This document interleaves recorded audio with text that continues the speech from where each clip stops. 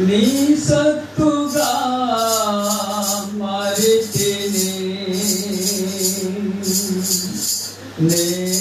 నేనెందుకని నీ సత్తుగా మారితిని వెసయ్యాని రాకమోషే కడగబడినందునా వెసయ్యాని రాకమోషే కడగబడినందునా నీ అనాది ప్రణాళికలో అర్చించను నా హృదయ సీమా నీ అనాది ప్రణాళికలో అర్చించను నా హృదయ సీమా నేనెందుకని నీ సత్తుగా మారితిని వెసయ్యాని రాకమోషే కడగబడినందునా వెసయ్యాని రాకమోషే కడగబడినందునా నీ పరిచర్యను సుధమోటించుటేనా నీ మమాయనే నీ పరిచర్యను సుధమోటించుటేనా నీ మమాయనే నీ సన్నిధిలో నే పొందుకోరి నీ చేయుతుడానైతినే అహు నా ధన్యత ఓహు నా భాగ్యమో ఏమని వివరింతునో ఏమని వివరింతునో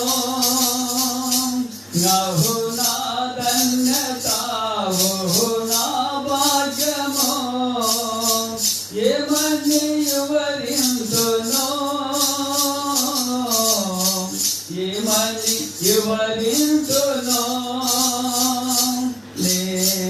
నేనెందుకని నీ సత్తుగా మారితిని వెసయ్యాని రాకమోషే కడగబడినందునా వెసయ్యాని రాకమోషే కడగబడినందునా నీ శ్రమలలో పాలొందుటయే నా దర్శనమాయనే నీ శ్రమలలో పాలొందుటయే నా దర్శనమాయనే నా తనువందునా శ్రమలు సహించి నీ వారసుడానైతినే నా తనువందునా శ్రమలు సహించి నీ వారసుడానైతినే అహు నా ధన్యత ఓహు నా భాగ్యమో ఏమని వివరింతునో ఏమని వివరింతునో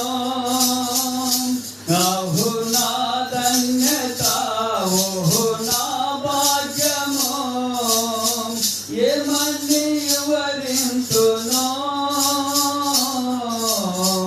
ఏమని వివరింతునో నేనెందుకని నీ సత్తుగా సమృద్ధిగా ఉండి ఆలోచనకర్తగా ఉండి మీరు మాట్లాడటకు సహాయపడమని అడుగుచున్న ప్రభా నీ స్తోత్రము నాయన. కార్యము మీ వంతు నా ప్రభు సఫలపరచు.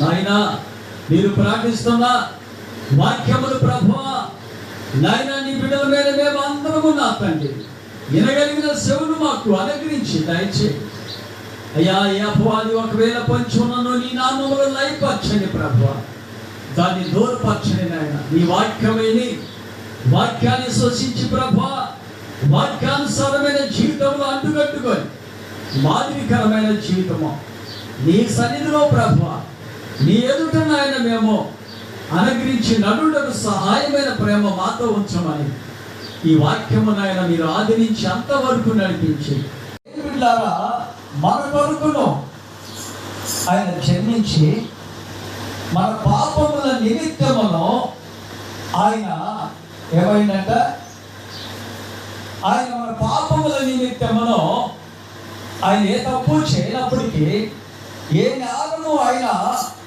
చేయనప్పటికీ పరిశుద్ధుడై ఉన్నప్పటికీ మన పాప జీవితానికి మోక్షణ యేసయ్య రక్తము ద్వారా కనుక ఏ ఒక్క మనిషి రక్తమైనను ఏ ఒక్క పశు రక్తమైనను ఏ పొట్టేళ్ల రక్తము వలనైనను ఈ పాపానికి విమోచన లేదు కనుక ఆ ప్రభువే ఆ తండ్రి కుమారుని పంపించి వరపశుగాను సమస్త మానవాళి నిమిత్తమును ఈ లోకానికి పంపించున్నాడు. దేవుని సీమోన్ అనే వ్యక్తిని ఆయన కూడా పట్టుకొని యేసు క్రీస్తు శిలువను మోయట కంట ఆ పల్లెటూరు ప్రాంతం వచ్చంట ఆయన తీసుకొని వచ్చినట్ట. దేవుని స్తోత్రం. కనుక మనం కూడా ఆయన అంటూ ఉన్నాడు, నీ శిలువ బాధ్యతలో ఉండవేమో, నీ శిలువ నేను వెతుకొని నా శిలువ వెతుకు రామంటున్నాడు. రైతులా అప్పుడు అవ్వండి ఈ రోజు నా ప్రభు అంటుడు కనని గర్భములో కని ఆలయని స్థలాలలో మిమ్మల్ని నేను వ్యాపించదను నా ప్రభు వాగ్దానం చేస్తున్నాడు. అందుకు ఎవరి కోసం ఏడుస్తున్నాం? ప్రభు కోసం, నీ కుటుంబ కోసం వస్తున్నాం, ఏడుస్తున్నాం. అయినా నా ప్రభు అంటూ ఉన్నాడు, అమ్మా నీ పిల్లల నిమిత్తం ఏడువు నా సన్నిధి సమూహములో. ఈ బందిపోటు దొంగలను శిలువ వేశారన్న. దేవుని స్తోత్రం. శిలువ వేసి వాళ్ళని దేని బిడ్డ వేదన పరుస్తున్నట. శిలువలో ఉన్న ఇద్దరు దొంగలు కనుక వాళ్ళు అక్కడ దేని బిడ్డ ఆయన ఆశించి అడుగుతూ ఉన్నారు, అయ్యా నువ్వు దేవుని కుమారుడు కదా యేసయ్యా, నిన్ను నువ్వు రక్షించుకోయ్యా, మమ్మల్ని కూడా రక్షించయ్యా, యాదన్ని మేము భరించలేకపోతున్నాం, ఈ శోధన మేము సహించలేకపోతున్నాం ప్రభు అని ఆ బందిపోటు దొంగలు దేని బిడ్డ ఆ శిలువ వేయబడిన ఇద్దరు నేరస్తులు ప్రభుని అక్కడ అడుగుతున్నాం. సన్నిధిలో నాయన ఈ పాదాల కాడ పడి ప్రభు నిన్ను నాయన మేము ఆశించాడు బతిమలాడుకున్నటకు నా తండ్రి ఆ వాక్యం ఆ వేదిక మాకును అయా నీ బిడ్డలమైన అందరికీ దయచేయమని అడుగుచున్న నా తండ్రి స్తోత్రం. ఈ ఒక సమయమందు ప్రభు నీ వాక్యమును ఎన్నవారు నాయన త్రోసివేయక వాక్యమును తునీకరించక అయ్యా మీరే సత్యము జీవము మార్గము కనుక నా తండ్రి మీరే మా కొరకు నాయన కలవరి శిలువలో నాయన కోడాలతో అయ్యా